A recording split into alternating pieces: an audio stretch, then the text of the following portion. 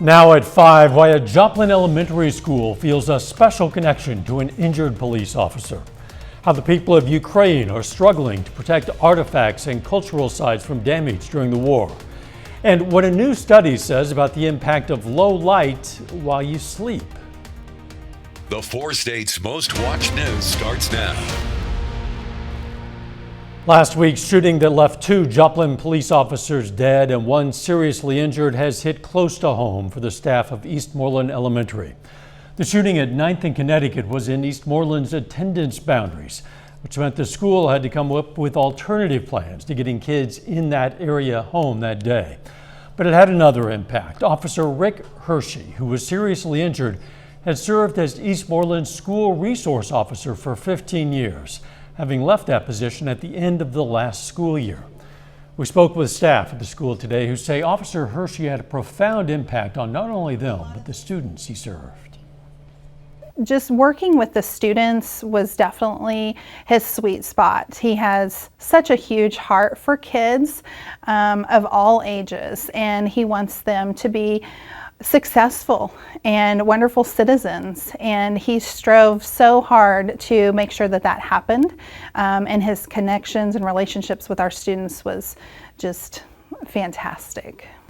At last report, Hershey remained in serious and stable condition with a gunshot wound to the face. Tonight at 6, we're going to hear more on programs Officer Hershey helped lead and how the school has handled student questions about their beloved friend. Public visitation is going on right now for Corporal Ben Cooper, one of the 2 officers killed in last Tuesday's shooting. This is a live image from MSSU. The public is allowed to pay their respects to Corporal Cooper at the Leggett and Platt Athletic Center there until 8 tonight. The funeral will be at 1 tomorrow at the same location. Corporal Cooper was 46. Funeral services will also take place this week for Officer Jake Reed, killed in the same encounter. Those services will also be at the Leggett and Platt Center. Visitation will be on Thursday from 4 to 8 p.m. The funeral will be on Friday at 1. Officer Reed was 27. 2 people are dead from a crash early today in southeast Kansas. Happened around 6:30 this morning on U-169, about a mile east of Humboldt. The Highway Patrol says 2 pickup trucks hit head-on. Both drivers died at the scene. They were 62-year-old Gordon Lane of Ottawa, Kansas, and 45-year-old Jamie Lynn Ellis of Iola, Kansas. 2 occupants of the Ellis vehicle, an adult and a 6-year-old child, were taken to the hospital for suspected serious injuries. Checking in with Nick Kelly for a first look at the weather. And as advertised, we had a lot of cloud cover have an impact on temperatures as we got the work week started. But so far, we haven't seen anything come out of the clouds. Although, by the way the color is looking, quite a bit of the moisture is pooling up. And in a couple of spots, it's trying to come down as a few sprinkles right now. But most of us are dry at the top of the 5 o'clock hour. But all this moisture resulting in plenty of cloud cover and the developing sprinkles at the very least. That's because of our pair of systems coming into play. A front at the surface and an upper level low working across central and western parts of Kansas. As far as temperatures go, a little cooler than yesterday, but still not too terrible. Upper 50s to near 60 across the board. As far as how the rest of the evening will play out, the future track, the radar may not look exactly like this, but it's got the same idea that I do, that scattered showers will be around for some, off and on, not a washout all the evening long. Better chances this evening through the overnight, and they'll start to taper off as we get the morning drive underway, down with highs ultimately back into the 40s. We've got another system we're tracking too for later on this week. We'll bring it all down here in a bit. See you then. The Pentagon says Russia has fired more than 900 missiles in the nearly 3 weeks since it invaded Ukraine. Talks between Ukrainian and Russian officials are expected to continue tomorrow despite ongoing Russian strikes on several major cities. A senior administration official said National Security Advisor Jake Sullivan held an intense 7-hour meeting with his Chinese counterpart today in Rome, amid concerns that Russia has appealed to China for assistance. Many Ukrainian cities are scrambling to stow away, wrap up, and fortify as many monuments and art collections as possible while the Russian invasion pushes on. Riley Carlson reports from London. With heavy canvas and fireproof padding, residents in the Ukrainian city of Lviv race to cover dozens of statues in case the Russian bombardments move west. In the port city of Odessa, where there are fears of an imminent attack, Ukrainians made high walls of sandbags to shield important statues. Every war is a disaster, and it is a disaster for our country. The city's famous opera house, which survived the Second World War, is now under military guard. The Kharkiv Museum, unlike many buildings in the heavily bombed city, is still standing. But it's no longer a safe place for its collections. Paintings, some famous Russian works, have been taken off the walls and will be hidden away to protect them. It's simply irony of fate that we should be saving paintings by Russian artists from their own nation, says this museum curator. How much damage has been done to the pieces won't be properly assessed until the war stops, but the destruction across Ukraine is spreading by the day. Riley Carlson, CBS News, London. UNESCO's World Heritage Director says an entire cultural life could disappear in this war and is calling on the country's important historical sites to be protected. Still ahead, research on how to get the most out of your sleep. Turn off the TV and lights. I'm Elise Preston with how a dark room during sleep may protect your health. And later, just how severe is the spike in gasoline prices? Topping today's Health Watch, new data from the CDC confirms Pfizer's 2-dose COVID-19 vaccine can help protect children and teens. Researchers found the vaccine was 31% effective in preventing Omicron infection among 5 to 11-year-olds and 59% effective among 12 to 15-year-olds. Scientists in Ireland are learning more about the process of wound healing. Using super-resolution microscopes, they discovered platelets which clot to stop bleeding, also help build new tissue needed for wound repair. A new study suggests older Americans are less healthy today than previously, despite increases in education and income levels. Between 2001 and 2018, researchers identified a deteriorating trend in diet quality in nearly 2/3 of adults aged 65 and older. Do you leave on the lights or the TV when you sleep? Well, new research suggests that's bad for your heart. Elise Preston shows us why you might also want to shut the blinds when it's time for shut-eye. We know a good night's sleep is good for our health. Now, new research suggests you should close the blinds and curtains and turn down all the lights before bed. Do you prefer lights on or lights off? Lights off. I just think I would sleep better that way. A new study from Northwestern medicine shows being exposed to even moderate light during sleep can harm cardiovascular function and increase insulin resistance, which are risk factors for heart disease, diabetes, and metabolic syndrome. When you're sleeping with the lights on, your heart rate goes up during the entire night while you're sleeping. And then the next day, your glucose measurements, it showed that more insulin had to be secreted to be able to bring your glucose to a normal level. Exposure to artificial light during sleep is common. It's estimated up to 40% of people sleep with the TV on or a bedside lamp or light on in the bedroom. Researchers say get lots of bright light during the day. That can help protect you from some of the light that comes in during the night and improve your sleep through your circadian rhythms.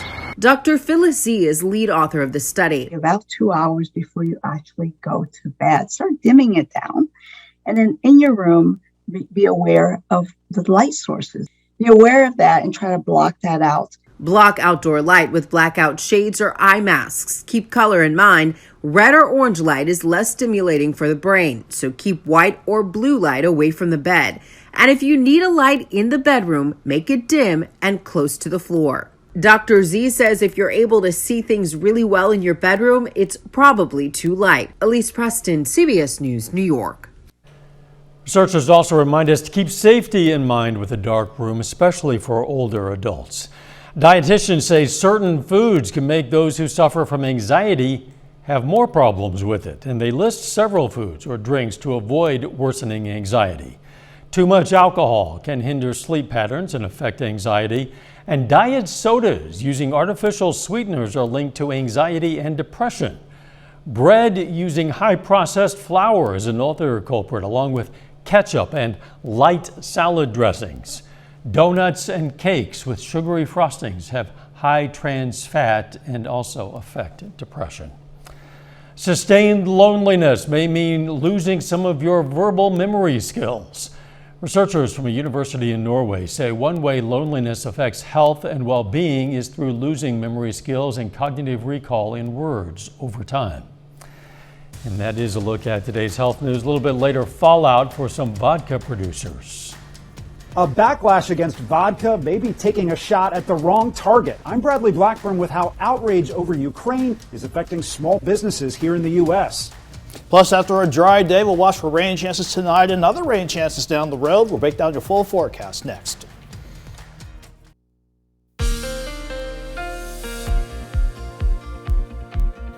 We definitely noticed the cloud cover really pick up throughout the course of the day, but despite that, we kept things pretty dry overall. I think that will change, though, not only as we go through the rest of the evening, but certainly as we go into tonight. The live shot for now, though, from Indigo Sky outside of Seneca, Missouri, showing at least quiet skies for the time being, but sure enough, when you get a lot of cloud cover like this, it will have an impact on temperatures, especially when you compare it to the mid-60s that we ended the weekend with yesterday afternoon. Fortunately, the south wind was still at it overnight. That only allowed us to drop back into the upper 40s this morning and back near 60 degrees overall this afternoon. But again, all this cloud cover is because of our next storm system working in. But for much of the day from this morning and even throughout much of this afternoon and at least the very early evening hours, we haven't had much to show in terms of rain coming out of the clouds. But if we look at the latest sweep of the Skywatch Storm Tracker, 99% of us look okay for now, but I want to zoom in along the turnpike in northeast Oklahoma because more moisture continues to get pulled in, and with the lift coming in from the approaching upper level wave in the front, we are starting to see more showers popping up around Bushy Head, Strang, Claremore, up to Veneta.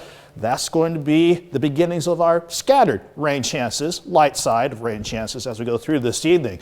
Joplin, for now, you're mostly cloudy, but you're dry. And mild too, sitting at 61 with a south wind of 13, gusting near 20 miles per hour.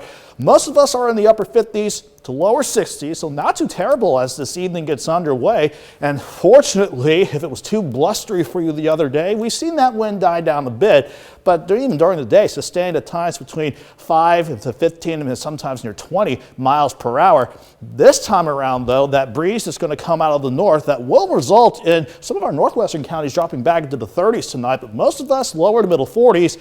And we got to contend with the cloud cover and the chances for scattered showers. But if we broaden the view out on your Skywatch Storm Tracker, this overall system has the better surface support for any strong to severe storms across the eastern parts of Texas. That's where severe thunderstorm watch is underway. But still, we got to account for the cold front coming in from the west and this upper low marching across western Kansas and western parts of Oklahoma. Both of these is what's going to drive our chances just for light scattered showers. No thunderstorms to worry about as we go through the course of the evening, but just have the umbrella handy because I would not be surprised if you had to deal with a couple downpours as we go not only through this evening, but maybe to get the morning drive in your Tuesday started with temperatures turning mainly cool into the 40s. Fortunately, I see us turning dry once we get past the morning drive, but I think we'll hold on to partly sunny skies for tomorrow. That means I think temperatures will go from 46 in the morning, 55 by noon, and highs near 61. If we see more in the way of sun, I wouldn't be surprised if we go a few degrees warmer, but let's say lower 60s overall. In terms of rain, with this wave coming through, it's not looking impressive in terms of rain amounts. Most of us saying under a quarter of an inch. Let's look at Wednesday. We're drying out. We're back in the lower 70s. Then comes St. Patrick's Day. This is another system of Doug's pattern. Maybe a few thunderstorms late on St. Patrick's Day. Then the rain chances will really ramp up going into Friday morning. Then we're looking okay for the rest of the upcoming weekend. Let's go 61 on your Tuesday with the returning sun. We'll go back to 71 on Wednesday and Thursday. A quick dip into the mid-50s on Friday, Dow, and then the rest of the weekend looking dry and certainly spring-like as we kick off spring on Sunday. Appropriately enough, I suppose. Thanks, Nick. Coming up, some U.S. vodka producers suffer from the war in Ukraine. First, though, we honor a local veteran of World War II. Gilbert Bauer served in the U.S. Army from 1942 to 44 as a carpenter, general instructor, and engineer. The Columbus, Kansas native spent time in Africa and Trinidad, and we are proud to salute Gilbert Bauer, a four-state hero.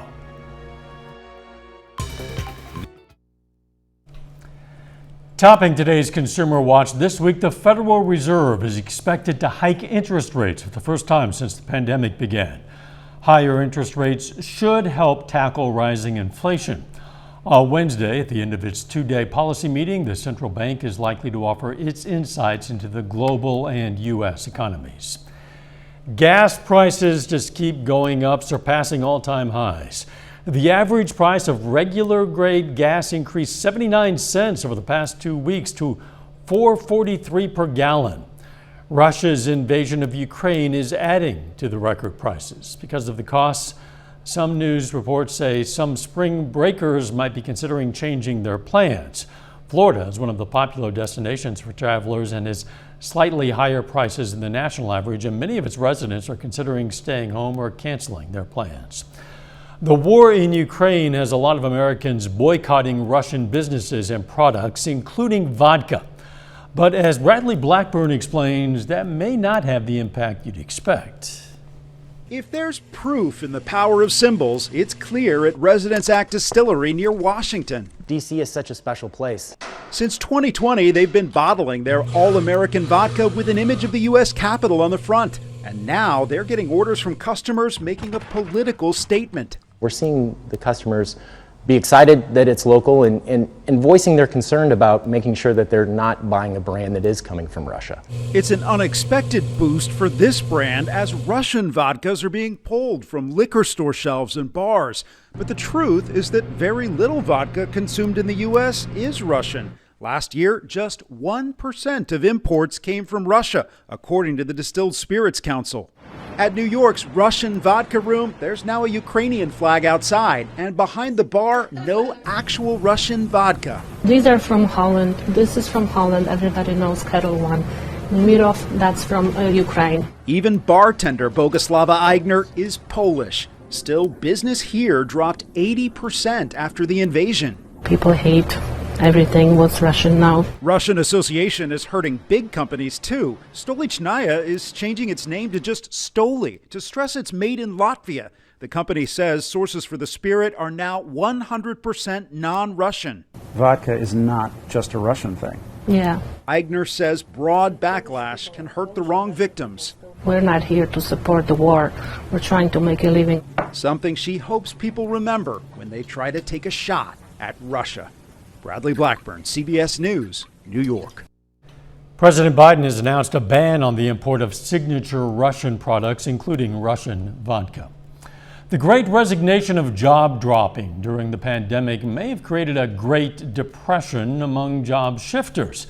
About 72% of workers who quit jobs during the pandemic and then took another say they regret quitting their other job, according to a survey by online career platform The Muse.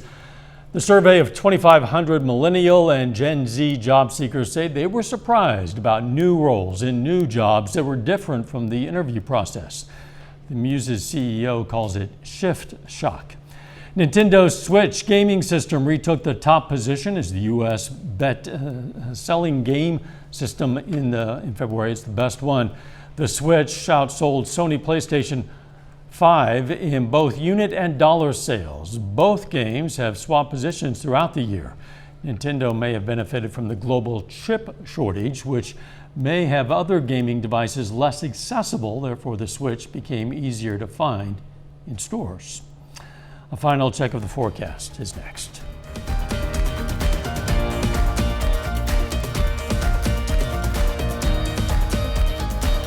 Salon services provided. Up next on the CBS Evening News, what we're learning tonight about the issue of human trafficking amid the war in Ukraine. Then on KOAM News at 6, more on school programs injured Officer Hershey helped lead and how the school has handled student questions about their beloved friend. Plus, how Missouri residents could get a refund on a gasoline tax hike, and a study showing Missouri ranks near the worst in maternal mortality rates. Stay with us for the CBS Evening News and then KOAM News at 6. Pretty cloudy out there at the moment, Nick. Yeah, and for some, it'll give way to some scattered showers, certainly as we go through the rest of the evening into tomorrow morning. But generally, light is going to be off and on, not a washout all evening long. And once we get rid of the rain chances after Tuesday morning, we'll go back to 61 tomorrow afternoon, lower 70s for Wednesday and St. Patrick's Day. But that's when the next storm system will roll in. I think better rain and thunderstorm chances, too, late Thursday and Friday. A little spring weather in advance of the official start of spring this weekend. Right on schedule. Thanks for joining us. The CBS Evening News is next. And of course, we're going to be right back here for KOAM News at 6. See you then. Let's make it a great evening.